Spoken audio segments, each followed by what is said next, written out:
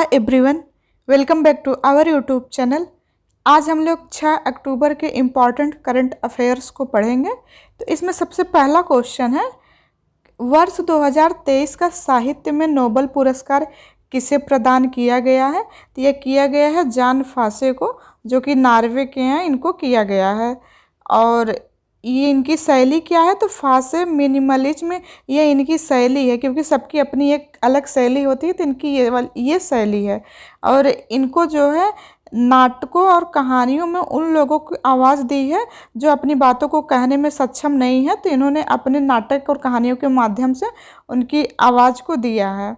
और ये नवाचारी नाटक के लिए ये नवाचार करते हैं, इसलिए ये दिया जा रहा है इनको साहित्य का नोबेल पुरस्कार। अच्छा, 2022 में किसे मिला था? तो एनी एनॉक्स, जो कि फ्रांस के, इनको मिला था। और एशिया का साहित्य पहली बार नोबेल पुरस्कार किसे मिला था? तो ये मिला था 1913 में रविंद्रनाथ टैगोर को गीतांजलि के लिए ये दिया गया था। अच्छा, नोबेल पुरस्कार अभी मेडिसिन में किसको दिया गया है? तो कैटलिन कॉरिको और डू बिस्मैन को, फिजिक्स में पियरे एगोस्टिनी, फेरेंक क्रांज और एनियल हुइलियर को दिया गया, केमिस्ट्री में मोगी जी बावेडी और लुइस ई ब्रूस और एलेक्सी आई एकिमो को दिया गया है। अनाउंसमेंट हुई है देने के लिए। नेक्स्ट है, एशियन गेम्स 2023 में स्क्वैश मिक्स्ड डबल में भारत ने कौन सा पदक जीता है? तो गोल्ड मेडल भारत ने जीता है। अभी तक टोटल भारत ने 86 मेडल जीते हैं, जिसमें से 21 गोल्ड जीता है। अभी 8 अक्टूबर तक ये चलेगा। और ये कहाँ हो रहा है? ये हांगझो, चीन में ये हो रहा है। और भारत की तरफ से ध्वजवाहक इसमें लवलीना बोरगोन और हरमनप्रीत थे। और भारत ने हॉर्स राइडिंग में 41 साल बाद गोल्ड मेडल जीता है इसमें। नेक्स्ट है, टोटो भाषा का शब्द संग्रह जारी करने वाला राज्य कौन सा बन गया है? ये टोटो भाषा तो पश्चिम बंगाल बन गया है, क्योंकि ये टोटो जो भाषा बोलने वाले हैं, ये इनकी संख्या बहुत ही कम हो गई है। अब ये विलुप्ति के कगार पे है, तो इसलिए शब्द संग्रह जारी किया गया है इसके संरक्षण के लिए। ये भाषा विलुप्ति के कगार पे हो गई है, तो इसीलिए। और टोटो भाषा ये चीन और तिब्बती भाषा मिक्स है। टोटो जनजाति के द्वारा इसको बोला जाता है, जो कि अब बहुत ही कम लोग बचे हैं, तो उस भाषा को संग्रहित करने के लिए ये जारी किया गया है। संविधान में 22 भाषाओं का उल्लेख है। नेक्स्ट है, किस राज्य में तीस्ता नदी में अचानक बाढ़ आने से क्षेत्रों से संपर्क टूट गया है? तो ये सिक्किम है। सिक्किम में तीस्ता नदी है, यहाँ पे बाढ़ आई है, तो संपर्क अचानक से टूट गया है। सिक्किम ये भारत का पहला जैविक राज्य है। सिक्किम की कैपिटल गंगटोक है। और यहाँ के सीएम कौन है? तो प्रेम सिंह तमांगा है। और यहाँ के गवर्नर लक्ष्मण प्रसाद आचार्य यहाँ के गवर्नर हैं। नेक्स्ट है, ओकला की स्पीड टेस्ट ग्लोबल इंडेक्स में भारत की कौन सी रैंक है? तो 47 नंबर है। ये इंटरनेट स्पीड टेस्ट है, और इसमें 47 रैंक भारत की आई है। काफ़ी अच्छी रैंक है, टॉप 50 में आ गई है भारत। और सबसे ज़्यादा यूएई की इंटरनेट स्पीड है, जो कि पहले पोजीशन पे है। अच्छा, ग्लोबल इनोवेशन इंडेक्स में 40वीं रैंक भारत की। एनर्जी ट्रांसमिशन इंडेक्स में 67।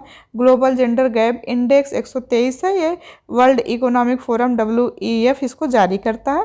ग्लोबल फायर पावर इंडेक्स में 4थी है। और वर्ल्ड हैप्पीनेस इंडेक्स में 126 रैंक भारत की है। नेक्स्ट है, मोबाइल हैंडहेल्ड डिवाइस को किस बैंक ने जारी किया है? तो ये SBI ने इसको जारी किया है।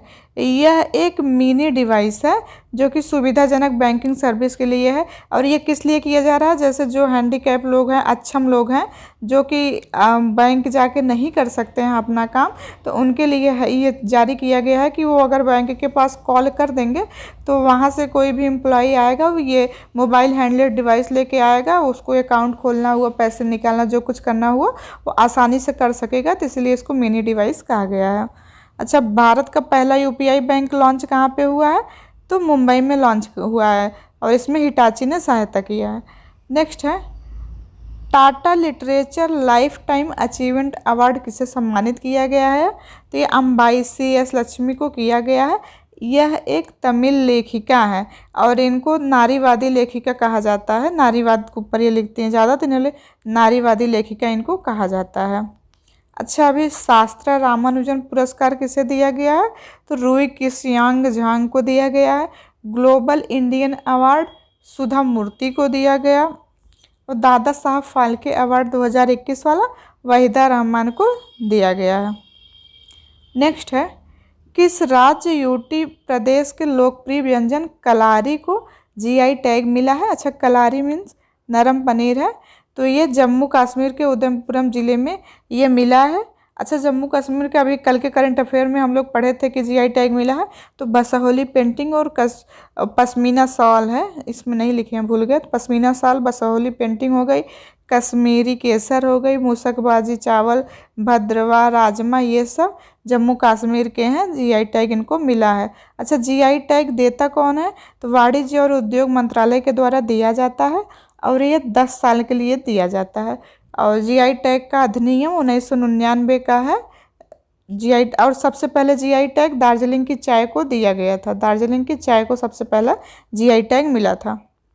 नेक्स्ट है, 2023 ईरानी कप का खिताब जीता है, तो कौन जीता? तो शेष भारत रेस्ट ऑफ इंडिया ने जीता है। और किसको हरा के जीता है? तो सौराष्ट्र को हरा के जीता है ये। और ये ईरानी ट्रॉफी ये क्रिकेट से संबंधित है, क्योंकि बहुत कन्फ्यूजन होती है किससे संबंधित कौन सी ट्रॉफी है, बहुत पूछा भी जाता है।